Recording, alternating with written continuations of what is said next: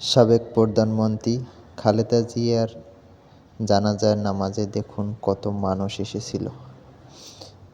ঢাকা মানিক মিয়া এভিনিউতে চারদিকে শুধু মানুষ আর মানুষ, সব মানুষ আর মানুষ, চারদিকে শুধু মানুষ আর মানুষ। এভাবেই হয়তো যারা দেশেরকে ভালোবাসেন, মানুষও তাদেরকে এভাবেই ভালোবাসে। সংসদ ভবনের আশেপাশে সব জায়গায় শুধু মানুষ আর মানুষ।